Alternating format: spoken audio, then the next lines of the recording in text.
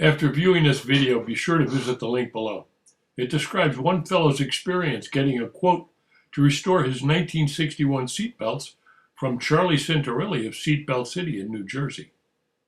The 1959 to 1963 era seatbelt buckles used in many GM models, including Corvettes, all have a similar design mechanism. You lift the paddle to release the latch strike from the buckle's bottom latch strike hole. Only two tools are needed to disassemble and assemble these buckles: external snap ring pliers and slip joint pliers. Using the external snap ring pliers, remove the external snap ring at the end of the hinge pin shown at the red arrow. Often these snap rings are stretched too much on removal.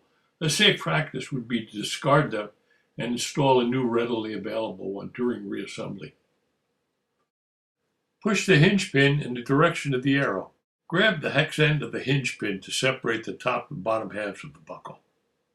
Don't lose the spacer washer, now released from between the top paddle and the buckle's bottom.